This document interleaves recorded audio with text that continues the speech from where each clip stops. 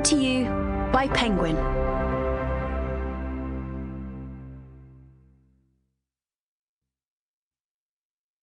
A Dell of a Life by David Jason. Read by Michael Fenton Stevens, with introduction by David Jason. The unexamined life is not worth living, so said Socrates. Get in, get out, don't look back. That's my motto. Derek Trotter. February the 2nd, 2020. On the face of it, it was just another day. The sun rose in the east, as it tends to when it gets it right. Birds awakened from their slumbers to the herald of dawn in all its dewy newness. And whistling milkmen began their rounds, at least in places where they still have milkmen, and in places where those milkmen still whistle. Meanwhile, at my humble home in the heart of Buckinghamshire, the world stirred, as it always does. Horses shook themselves and whinnied restlessly in the stables.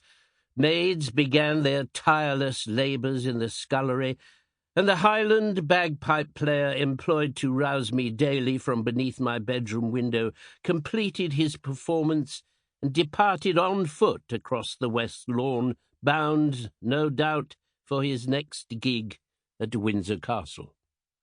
As ever, I ease my noble yet surprisingly flexible figure from beneath the counterpane and rose to don the silk dressing-gown laid out for me by Strobes, my wrinkled retainer, who, having parted the bedroom curtains, drawn a bath and squeezed the toothpaste onto my brush in anticipation of my morning ablutions, had now gone downstairs to iron my newspaper.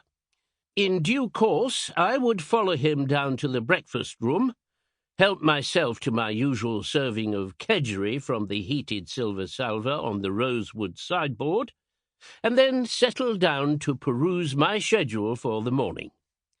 Just a typical day, then, in the life of your typical knight of the realm and multi-award-winning television actor, namely myself.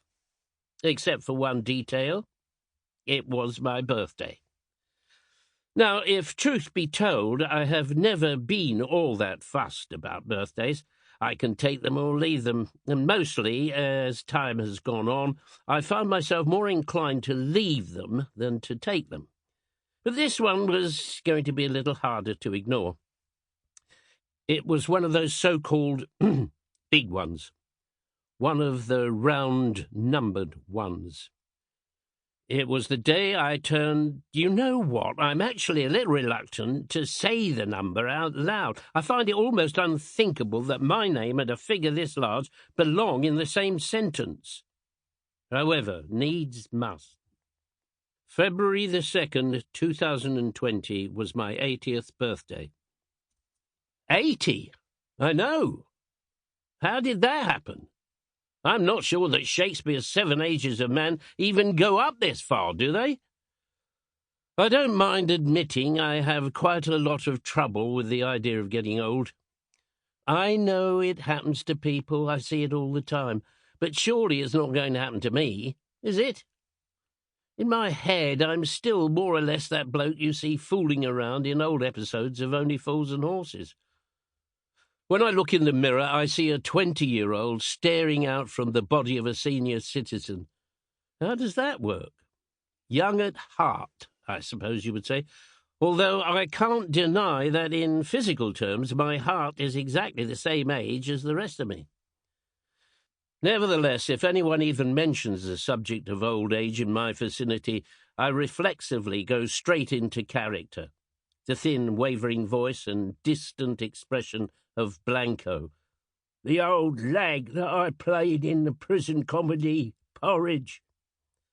Blanco was the seemingly innocent lifer carefully protected by Ronnie Barker's Fletcher, and whom I originally portrayed, and here's a grimly ironic thought in the present circumstances, at the tender age of 30.